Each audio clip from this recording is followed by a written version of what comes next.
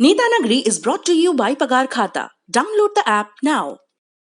मालिक, क्या इस बार भी लेट होगा पगार? पप्पू का, राजू का, छोटू का, सबके पगार का हिसाब करेगा तेरा मालिक मिनटों में।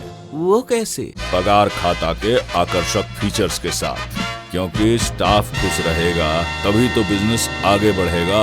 आज ही पगार खाता डाउनलोड करें। अगर आपको पता चले कि नेतानगरी में दूसरा विषय जुड़ा है दक्षिण भारत के एक राज्य से, पुदुचेरी से। कहने को यूनियन टेरिटरी है, लेकिन सुर्खियों में लगातार बना हुआ है मुख्यमंत्री वी नारायणसामी और अभी कल तक वहां की लेफ्टिनेंट गवर्नर रही किरण बेदी के बीच टकराव के चलते। क्या है पुदुचेरी की राजनीतिक स्थिति? इसका तमिलनाडु की पॉलिटिक्स से कैसा कनेक्शन है कि हमेशा जैसा चेन्नई का टेम्परेचर होता है पॉलिटिकल, वैसा ही पुदुचेरी में रिफ्लेक्ट होता है? वहाँ पर क्या स्थितियाँ हैं? डीएमके, एआईएडीएमके और दूसरे जो प्लेयर्स हैं उनके बीच की इक्वेशन। वी नारायणसामी की सरकार को राज्यपाल ने फ्लोर टेस्ट का निर्देश दिया है, उसके पीछे की क्या गुणागणित है? इन सब पर हम बात करेंगे। दो चरणों में बात करेंगे। पहले चरण में पुदुचेरी की राजनीति समझेंगे और दूसरे चरण में किरण बेदी के अपॉइंटमेंट के बारे में जानेंगे। पुदुचेरी की राजनीति के बारे में बात करने के लिए हमारे साथ जुड़े हैं द हिंदू, एक प्रतिष्ठित अखबार हमारे देश का, वहाँ के चेन्नई एडिशन के deputy resident editor D Suresh Kumar. आप पहले भी इनको नेतानगरी में देख चुके हैं। सुरेश जी, बहुत बहुत स्वागत है एक बार फिर से आपका नेतानगरी में।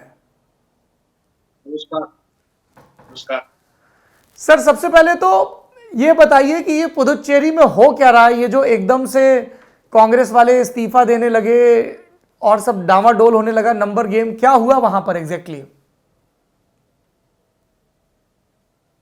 देखिए, ये बात ऐसा ही है जैसे कर्नाटक में हमने पहले देखा, मध्य प्रदेश में देखा, गोवा में देखा है, तो इसी तरफ से यहाँ पे पुदुचेरी में भी यहाँ पे माहौल बना हुआ है ऐसा ही। क्योंकि आप देखेंगे तो 2016 में जब चुनाव हुआ था तब कांग्रेस जीता था 15 सीटों में, और पिछले एक साल में एक एमएलए को उन्होंने डिस्क्वालीफाई किया क्योंकि वो पार्टी के विरुद्ध कुछ काम कर रहे थे, तो उनको डिस्क्वालीफाई कर दिया गया। और फिर 4 एमएलए और उनमें से थे 2 मंत्री महोदय, उन्होंने इस्तीफा दे दिया। और एक मंत्री, पूर्व मंत्री नमशिवायम, अभी बीजेपी में जाके वहां पे भर्ती हुए हैं वो अभी, और शायद बीजेपी के वो प्रोमिनेंट कैंडिडेट बन सकते हैं आने वाले चुनाव में। तो अब इसके वजह से क्या हुआ है कि कांग्रेस का अभी स्थिति है 10 एमएलए है उनके पास जी। तो इन 10 में एक है स्पीकर का, जो कि जब वोटिंग होता है तब पहले आप लोग वोट नहीं दे सकते, सिर्फ जब टाई होता है तब वो वोट कर सकते हैं वहां पे। बिल्कुल। और ऊपर से जो पुदुचेरी का असेंबली स्ट्रेंथ जो था ओरिजिनली 30 है, और ऊपर से 3 एमएलए है नॉमिनेटेड एमएलए जी। तो जब किरण बेदी लेफ्टिनेंट गवर्नर थे तो उन्होंने 3 एमएलए को नॉमिनेट किया। उनमें से 2 थे बीजेपी के नेता थे, एक वहां पे बीजेपी पुदुचेरी यूनिट के प्रेसिडेंट थे, दूसरे बीजेपी के ट्रेजरर थे वहां पे, और एक एमएलए थे वहां के बीजेपी सिंपथाइजर। तो 3 एमएलए को नॉमिनेट किया। अब 33 हो गया हाउस का स्ट्रेंथ। लेकिन इसमें और एक मामला है, ये 3 एमएलए को नॉमिनेशन को चैलेंज करके एक कांग्रेस एमएलए ने कोर्ट में गए थे, और पहले मद्रास हाई कोर्ट में केस चला और उसके बाद उच्च न्यायालय चला, सुप्रीम कोर्ट। तो वहां पे एक यूनिक ऑर्डर दिया गया जिसमें से ये कहा है कि ये जो 3 एमएलए है इनका जो नॉमिनेशन है वो तो बिल्कुल चलेगा, लेफ्टिनेंट गवर्नर ने सही किया है, और ऊपर से ये 3 नॉमिनेटेड एमएलए असेंबली में वोट कर सकते हैं। जब मोशन मूव होता है या बजट पे पास होता है तो उसमें वोट कर सकते हैं।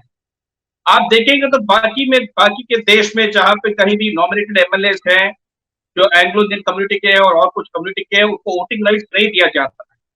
लेकिन इस बार सुप्रीम कोर्ट ने कहा कि ये 3 नॉमिनेटेड एमएलए भी वोट कर सकते हैं। तो इसका असर ये पड़ा, अभी जब क्राइसिस सिचुएशन है तब हाउस स्ट्रेंथ आ गया है 28, और ये 28 में अभी 14 कांग्रेस के साथ है, यानी कि 10 कांग्रेस में, उनमें से एक स्पीकर जैसे मैंने पहले कहा, और 3 डीएमके के एमएलए और एक इंडिपेंडेंट जो सरकार को बहुमत दिया है, वहां पे सपोर्ट किया है। और दूसरी तरफ है अपोजिशन, जिसमें all India NR Congress, Rangaswamy जो कि पूर्व मुख्यमंत्री है, उनके पास है 7 एमएलए, और 4 एमएलए है एडीएमके के पास और 3 बीजेपी का, तो अब हो गया 14-14। लेकिन टेक्निकली देखेंगे तो कांग्रेस में अभी स्पीकर के अलावा देखेंगे तो अब माइनॉरिटी में आ गया है, और अभी मंडे पता चलेगा क्या ये सरकार अपने बहुमत समर्पित कर सकता है या नहीं। सर ये तो उसका मैथमेटिक्स हो गया कि पुदुचेरी में क्या हो सकता है। हमने जिन राज्यों का आपने उदाहरण दिया, चाहे मध्य प्रदेश हो, राजस्थान में एक बार कोशिश हुई, कर्नाटक में भी होता है, उसके बाद इस तरह की बातें आती है स्टीलिंग द इलेक्शन टाइप की। हम ये समझना चाहते हैं कि एक पब्लिक में किस तरह की छवि है, नारायणसामी का काम कैसा रहा है जो उन्होंने अपने टेन्योर में किया है, लोग उनको किस तरह से देखते हैं, और उसी से फिर पता चलेगा कि आगे जो भी बात बैठता है, जो भी सरकार बना के चला पाता है इलेक्शंस के पहले, उसे लोग कैसे लेंगे।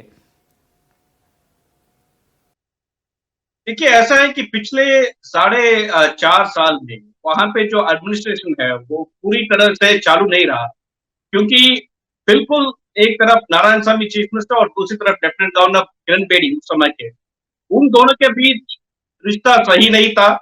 वो एक के ऊपर एक आरोप देते गए, और पहली बार कोर्ट में भी गए कि उन्होंने किरण बेदी के जो कुछ भी निर्णय लिया उसके खिलाफ कोर्ट में आया, और कोर्ट ने किरण बेदी को साफ साफ बता दिया कि आपको जो कुछ भी निर्णय लेना है वो काउंसिल ऑफ मिनिस्टर्स के एडवाइजरी से ही होना है, आप यूनिलैटरली कोई डिसीजन नहीं ले सकते। फिर 2 बार मुख्यमंत्री ने लेफ्टिनेंट गवर्नर के खिलाफ धरना किया वहां पे, जैसे दिल्ली में पहले अरविंद केजरीवाल ने वहां पे एजिटेशन किया, तो इसी तरह यहाँ भी 2 बार हो चुका है। अभी पिछले महीने भी एक बार हुआ था, वहां पे राजनिवास के बाहर ही मुख्यमंत्री बैठे हुए थे। तो मुख्यमंत्री का आरोप यह लगा है कि हम जो कुछ भी डेवलपमेंट एक्टिविटीज लेकर आना चाहते हैं या कोई भी सरकारी कार्यक्रम करना चाहते हैं, इन सब को लेफ्टिनेंट गवर्नर ने करने नहीं दिया, वो कुछ ना कुछ कारण बता के इसको रोक दिया।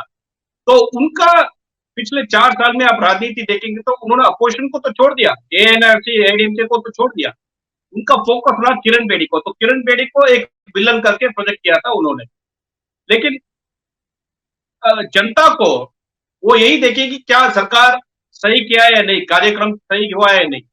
तो एसेंशियली नारायणसामी तो अपने आप को एक विक्टिम बना रहे थे, राजनीतिक विक्टिम बना रहे थे, जहां पे लेफ्टिनेंट गवर्नर जो कि सेंट्रल गवर्नमेंट के एक एजेंट है या प्रेसिडेंट के एक एजेंट है, उन्होंने हमें काम नहीं करना दिया। तो यही विषय जनता के ऊपर प्रधान रूप से रखा गया है। सुरेश जी, मैं ये जानना चाहता हूं कि जब हमें पता है कि कुछ ही महीनों में पुदुचेरी में विधानसभा के चुनाव होने हैं, तो उसके पहले इस तरह के पॉलिटिकल ऑपरेशंस की क्या कंपल्शन रहे होंगे? क्या वहां पे तमिलनाडु के, पुदुचेरी के बीजेपी के लोग या दूसरे लोग क्या सोच रहे हैं? Why this toppling before the election? Do they want कि वो गवर्नर के एलजी के अंडर में हो इलेक्शन किसी वर्किंग सीएम के बजाय, या और डेंट लगे नारायणसामी की इमेज को कि इनके अपने विधायक इनके साथ नहीं हैं? डायनामिक्स क्या है इसके पीछे? देखिए, ये ऐसा है, आपको अब हम सब जानते हैं कि बीजेपी एक तमिलनाडु और पुदुचेरी एक ऐसा प्रदेश रहा है उनको जहां पे वो पेनिट्रेट नहीं कर सक रहे पॉलिटिकली इलेक्टोरली।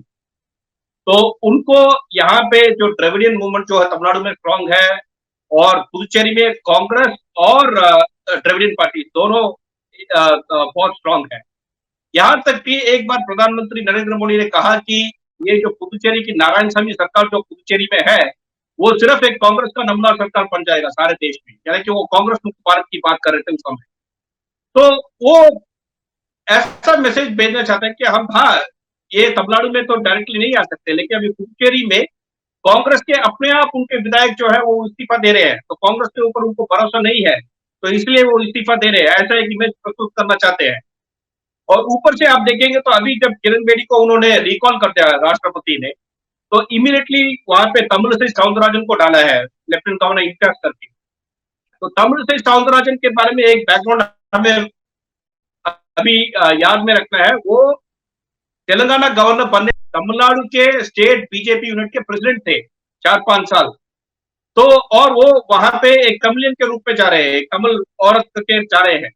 तो यदि ये नारायणसामी सरकार गिर जाता है, और यदि अपोजिशन को जो 2-3 महीना बचा है उसमें ऑल्टरनेटिव गवर्नमेंट फॉर्म करने के लिए केंद्रीय सरकार भी नहीं मानती है और तमिल से भी नहीं मारेंगी, तो वहां पे प्रेसिडेंट रूल हो जाएगा। तब तमिलिसाई कुछ कार्यक्रम करके, जनता के मिले जुले कुछ कार्यक्रम करके शायद ऐसा इंप्रेशन दे सकते हैं कि केंद्र सरकार दक्षिण प्रदेश का विरोध नहीं कर रहा है। तो ये प्लान हो सकता है। That political messaging important. थोड़ा सा मैं सुरेश जी विषयांतर करूंगा। एक आपका और पड़ोसी राज्य है केरल, वहां पर भी चुनावी सरगर्मियां तेज हैं। मैं ये जानना चाहता हूं कि ई श्रीधरन का बीजेपी ज्वाइन करना, ये बीजेपी के केरल में चांसेस को बढ़ाएगा, थोड़ा सा टॉक ऑफ द टाउन बनेगा? क्या है ये पॉलिटिकल मूव? क्योंकि उनकी जो पूरी जर्नी रही है देखिए, ये जो है कोंकण रेलवे को perception लेके, में दिल्ली मेट्रो को लेके, वो इनक्रेडिबल जर्नी है। What a fantastic man he is. पर उनको बीजेपी किस तरह से प्रोजेक्ट करेगी? क्या गेम प्लान दिख रहा है केरल में? तो देखिए, एक बात है कि ये जो बीजेपी है वो साउथ में, दक्षिण भारत में, खास करके तमिलनाडु और केरल में वो एक पॉलिटिकली अनटचेबल पार्टी का इमेज उनका है। तो राजनीति में आपको इमेज चेंज करना, परसेप्शन चेंज करना बहुत मुख्य होता है। तो जब मेट्रो रेल के चीफ ई श्रीधरन, जो कि सारे देश में मेट्रो में एक रेवोल्यूशन किया है उन्होंने, जब वो ज्वाइन करते हैं तब अर्बन पॉपुलेशन में जो है उसमें थोड़ा इंप्रेशन बदल सकता है बीजेपी के बारे में।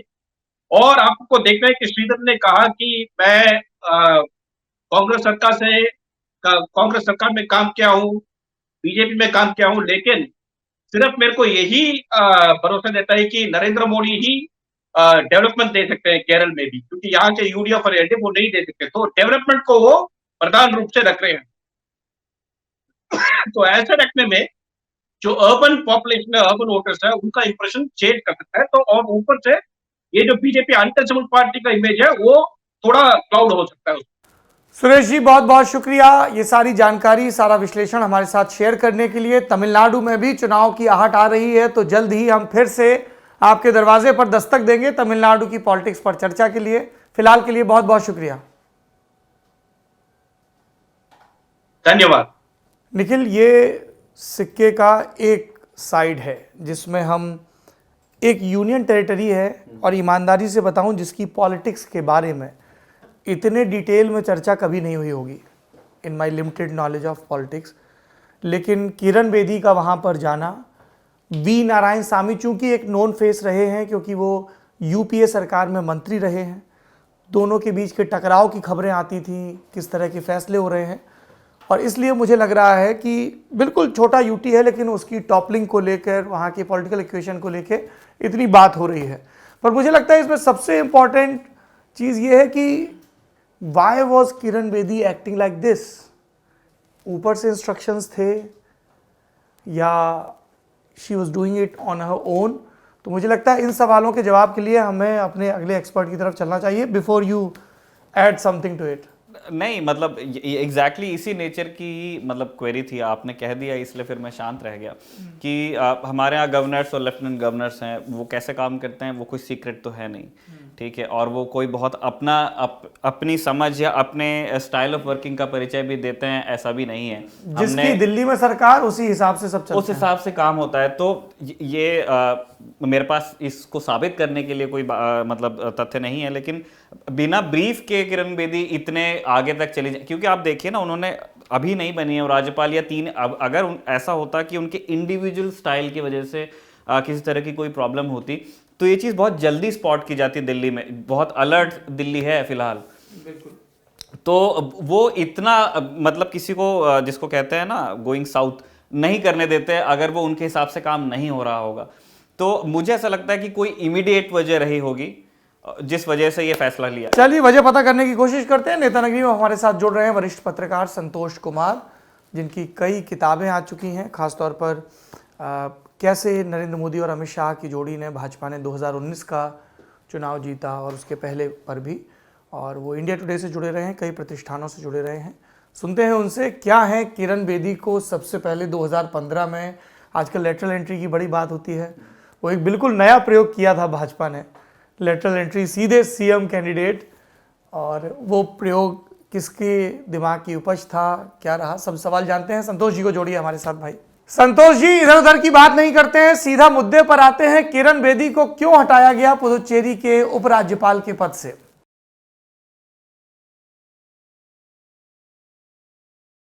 सौरभ जी देखिए, इसमें मैं एक चीज ये कहूंगा कि राजनीति में कई बार नौकरशाही जो होता है वो राजनीति के हिसाब से चलती है, लेकिन कई बार नौकरशाही अगर राजनीति में हावी होने लगे तो प्रॉब्लम होती है। जब किरण बेदी को दिल्ली में लाया गया था, अगर मैं उस इंस्टांस की बात करूं, उस समय की बात करूं, तो एक बीजेपी के वरिष्ठ नेता थे, उनका ये प्रयोग था। और ये कौन वरिष्ठ नेता थे? अरुण जेटली थे या कोई और थे?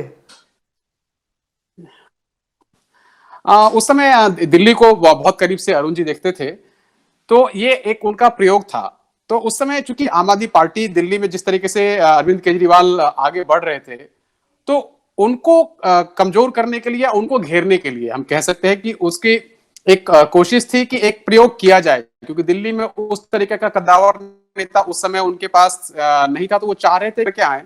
लेकिन इसका भी जो निर्णय हुआ सौरभ जी, वो निर्णय बहुत एक अलग तरीके से था। पार्लियामेंट्री बोर्ड की जब मीटिंग हुई, मीटिंग के बाद करीबन मुझे याद है कि शाम को 4 बजे के करीब दिल्ली यूनिट को खबर किया गया। दिल्ली यूनिट में उस वक्त प्रभात झा प्रभारी हुआ करते थे, जो बीजेपी के राष्ट्रीय उपाध्यक्ष थे। सतीश उपाध्याय प्रदेश अध्यक्ष हुआ करते थे। तो उस समय इन लोगों को करीबन इन्फॉर्म किया गया कि हम लोग किरण बेदी को मुख्यमंत्री पद का उम्मीदवार बनाने का फैसला हो गया है। तो स्टेट यूनिट ने यह कहा कि अगर फैसला हो गया है तो क्या हम इस पे कोई अपनी राय रख सकते हैं। तो उन्होंने कहा कि फैसला तो हो चुका है, लेकिन अगर आप कुछ आग्रह करना चाहते हैं तो बताइए। आप हम एक सुझाव देना चाहते हैं कि अगर आप इनको नई दिल्ली सीट से अरविंद केजरीवाल के खिलाफ लड़ाते हैं, तो अरविंद केजरीवाल बस अपनी कॉन्स्टिट्यूंसी में घिर जाएंगे और उसका बेनिफिट हमको मिलेगा, क्योंकि अरविंद केजरीवाल फिर कॉन्स्टिट्यूंसी से बाहर जाने में उनको मुश्किल होंगी। बट उस समय यह कहा गया कि इसका भी निर्णय हो चुका है, वो डॉक्टर हर्षवर्धन की सीट कृष्णानगर से ही चुनाव लड़ेंगे। यानी सब कुछ एक प्री प्लान तरीके से चीजें वहां हुई थी। लेकिन अगर आप जब दिल्ली प्रदेश कार्यालय में जब उनकी पहली स्पीच को याद करें किरण बेदी की, तो एक मुझे लगता है कि उस समय जो कार्यकर्ता थे वहां पे उनके अंदर एक असंतोष वहां पे दिखा था, क्योंकि जब वो आई तो उन्होंने कहा यहां जो भीड़ दिख रही है उसमें आधी भीड़ मेरी है। यानी वो अपने एनजीओ की बात कर रही थी। तो कार्यकर्ताओं ने कहा कि ये क्या बोल रही हैं। लेकिन साथ में वहां जब कुछ खुसर फुसर, जो चूंकि अब भीड़ है, कोई एक सभा चल रही है, तो उसमें खुसर फुसर कुछ आवाज होती है। लेकिन उन्होंने कहा कि जिसको यहाँ पे प्रॉब्लम हो रही है, यानी एक जो ब्यूरोक्रेटिक स्टाइल होता है, एक अफसरशाही वाली जो चीजें होती हैं, वो स्टाइल उनके मतलब मुझे लगता है कि उनके इनबिल्ट है वो उस तरीके से। तो जो मैं शुरुआत में आपसे कह रहा था कि आप वो जो प्रसंग बता रहे थे वो पूरा कर लीजिए कि राजनीति के हिसाब से चलती है। संतोष जी जो प्रसंग बता रहे थे कि जब वो भाजपा कार्यालय पहुंचती हैं, खुसर फुसर होती है, तो वो टोक देती हैं वही मंच से ही टोकती है कि अगर आपको नहीं सुनना है तो आप चले जाइए। बट यहाँ पे डिसिप्लिन यानी अनुशासन, क्या मतलब राजनीति में डंडे की जोर से चीजें नहीं चलती हैं। तो उनका जो व्यवहार है वो उसी समय बाहर आ गया था, ये मेरा कहने का मतलब है जी। जो मैं पहले पॉइंट आपसे जो कह रहा था कि राजनीति और नौकरशाही, नौकरशाही हमेशा एक, आपको भी मालूम है कि राजनीति के हिसाब से चलाई जाती है। नौकरशाही को उस हिसाब से चलाया जाता है। लेकिन नौकरशाही जब राजनीति को चलाने लगे तो प्रॉब्लम होती है, और मुझे लगता है कि पौंडीचेरी में यह प्रॉब्लम थी। जी नहीं, पर मेरे साथी निखिल अभी थोड़ी देर पहले ये चर्चा कर रहे थे कि without having political banking from Delhi, अगर दिल्ली से पॉलिटिकल बैकिंग नहीं होती तो वो तो पिछले 4 बरस से नारायण सामी के रास्ते में जो टिप्पणीकार हैं उनके शब्दों में कहें तो रुकावटें पैदा कर रही हैं। तो अभी अचानक से ऐसा क्या हो गया? नहीं सौरभ जी, ऐसा बिल्कुल उनको पहले भी 2-3 बार टोका जा चुका था। अच्छा, अब एक सवाल ये उठ सकता है कि भाई बीजेपी में अगर ये नौकरशाही आपके हिसाब से नहीं चल रही थी, जो नौकरशाह पहले रहे हैं और वो आपके हिसाब से पॉलिटिकल एजेंडे में काम नहीं कर रहे थे, तो फिर आप अभी तक क्यों बनाए रखा था? जो आपका सवाल है कि अभी तक आपने क्यों बनाए रखा था उनको? बहुत सिंपल सी बात है, उनको 2-3 बार कह दिया गया था कि आप उस सेटअप में चलिए। और उनका जो पुनर्वास भी, ये एक प्रकार से जब दिल्ली चुनाव हारे तो ये पुनर्वास था उनका, क्योंकि आप लेकर के आए थे, इतना बड़ा चेहरा बना करके आपने किया था, तो उनको कहां रखेंगे? तो इनकी कार्यशैली से ये लोग वाकिफ थे, लेकिन फिर भी इन्होंने सोचा कि इनको वहां भेजते हैं और वहां जो चीजें हैं उसको ये संभाल लेंगी। वहां बीजेपी का बहुत ज्यादा स्टेक नहीं रहा है संगठनात्मक लिहाज से। और जो पौंडीचेरी की टोपोग्राफी है, आप देखेंगे तो आंध्रा, तमिल और 23 सीटें वहां की आती हैं, तो सब मिक्स हैं इस तरीके से। उसके बाद नारायण स्वामी ने अभी इस पूरे मसले को तमिल प्राइड के खिलाफ बना दिया कि ये नॉर्थ इंडियन है, इसीलिए मतलब साउथ इंडियन नॉर्थ इंडियन करने की कोशिश की। ऐसी परिस्थिति में इनके पास बहुत ज्यादा विकल्प नहीं बच गया था कि अब इनको वहां से हटाया जाए, और इसीलिए जो किसको दिया गया, तमिलसाई को दिया गया। तमिलसाई कौन है? पहले वो बीजेपी की अध्यक्ष रही हैं वहां पे, और वो तमिल पॉलिटिक्स को जानती हैं और वो तमिल बोलती हैं। तो इस प्राइड को भी काउंटर करने की, जो मुद्दा उधर विपक्ष की ओर से बनाया जा रहा था, उसको भी काउंटर करने की कोशिश की है, मुझे लगता है।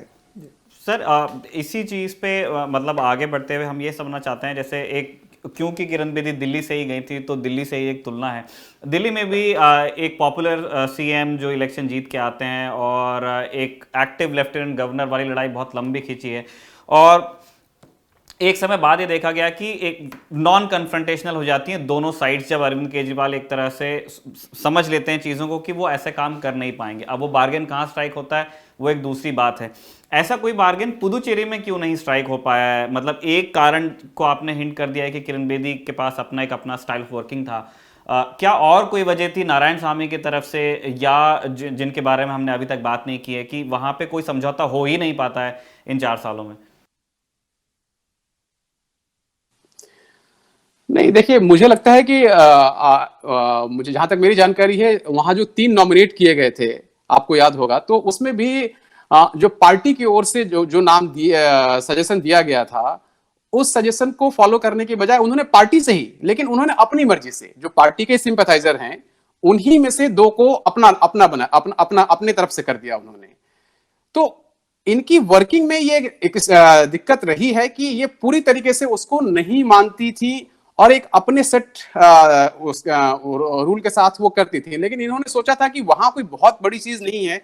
अचानक से जो वहां पॉलिटिक्स बदली और वहां एक कांग्रेस में कुछ लोग टूटे, जो उसमें से कुछ बीजेपी में आए, तो इवन जो अभी कांग्रेस से बीजेपी में आए और जो वहां पे पुराने जो सीएम रंगास्वामी जो हैं, तो ये लोग भी मतलब कह सकते हैं जो सत्ता पक्ष है वहां पे और जो विपक्ष है वहां पे, सब एकजुट था कि इनको वहां से हटाया जाए। क्योंकि इनकी फंक्शनिंग क्या है कि ये बिल्कुल दिल्ली वाले स्टाइल में चल रही थी। वो दिल्ली का जो लेफ्टिनेंट गवर्नर होता है, जिस पावर के साथ, उस पावर को वो वहां पे डेली वर्किंग में इस्तेमाल कर रही थी, जिसको लेकर के पार्टी के शीर्ष नेतृत्व तक बहुत बार बातें आई थी। लेकिन उसके बाद उनको 2-3 बार बता दिया गया था कि आप इसको इस तरीके से चलाइए, लेकिन ऐसा नहीं हो पा रहा था। मैं आपको एक चीज बताऊं कि अगर आप देखेंगे पार्टी में बीजेपी की एक स्ट्रेटजी है। बीजेपी एक जैसे हरदीप पुरी, केजे अल्फोंस, एस जयशंकर, अभी अरविंद शर्मा यूपी में, ब्यूरोक्रेट आते जरूर हैं, लेकिन इनका एक सेट सोच है इनकी कि भाई आप जब आते हैं तो आपके प्रोफेशनल स्किल का हम इस्तेमाल जरूर करेंगे, आप उसका अपना प्रदर्शन करिए, लेकिन आप अपना जो मतलब जो कह सकते हैं ब्यूरोक्रेटिक आपका जो फॉर्मूला रहा है उसको इंपोज करने की कोशिश मत करिए। एक जो डिजाइन है, जो इंस्ट्रक्शन है, उसको फॉलो करिए। मुझे लगता है कि वो कहीं ना कहीं कमी रही है पुडुचेरी के मामले में। संतोष जी, अब आपने जिक्र कर ही दिया है, मैं दरअसल आखिरी सवाल यही पूछना चाह रहा था कि बीजेपी में जितनी तेजी से ब्यूरोक्रेट्स आ रहे हैं, चाहे वो लोकसभा के रास्ते आ रहे हों, आर.के. सिंह, सत्यपाल सिंह, या फिर राज्यसभा के रास्ते हरदीप पुरी वगैरह, एक नाम जिसका इन दिनों लखनऊ में बड़ा जिक्र हो रहा है, अरविंद शर्मा, गुजरात काडर के रिटायर्ड आईएएस अधिकारी और अब माननीय विधायक विधान परिषद के, और सब लोग बीजेपी के भी एक दूसरे से पूछ रहे हैं कि किस योजना के तहत इनको भेजा गया है। आपके पास क्या जानकारी है?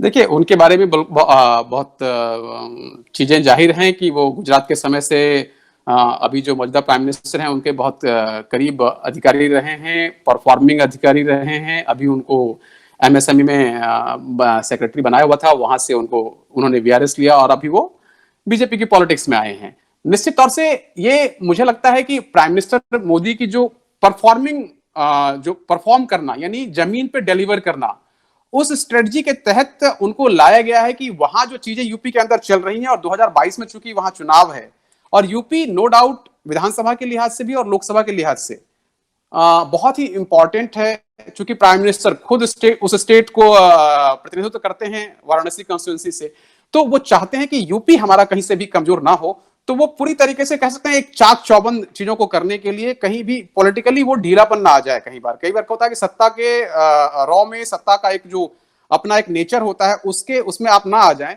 तो ये एक प्रकार से चीजों को टैकल करने के लिए मुझे लगता है लगाया गया है उनको।